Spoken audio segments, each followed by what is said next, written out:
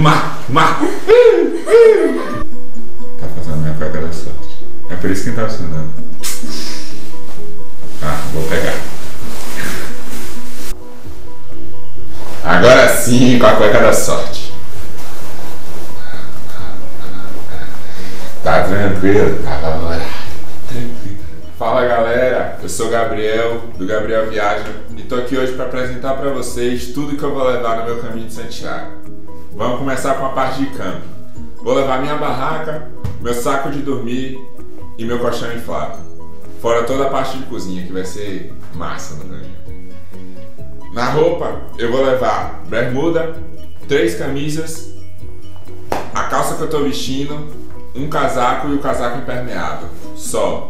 É pouco para 30 dias, mas é o necessário para o peregrino. Uma meia bacana, uma meia mais cara, mais necessária, que seu pé vai sofrer bastante.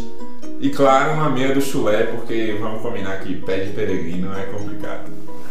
Na parte de tecnologia, eu vou estar levando uma bateria extra para carregar GoPro e celular, que vão ser ferramentas básicas no caminho.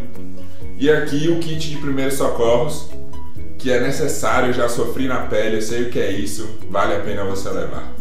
Um compide para bolha, ajuda aí na dor e no atrito com o seu sapato e com sua meia.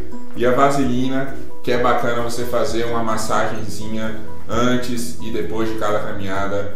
Eu digo para você que seu pé vai ficar muito melhor. Para me sustentar na viagem, eu vou estar oferecendo meditação e massagem nos pés. Então se você está fazendo o caminho, vai fazer o caminho, está interessado, vem com o Gabriel Viaja que vai ser bacana. E aqui do lado, a minha fiel escudeira, Oliva, minha mochila que vai fazer o caminho de Santiago comigo. Ela é um pouco grande, mas como ela vai levar tudo isso aqui, vai ser bacana, ela tem 70 litros. Valeu!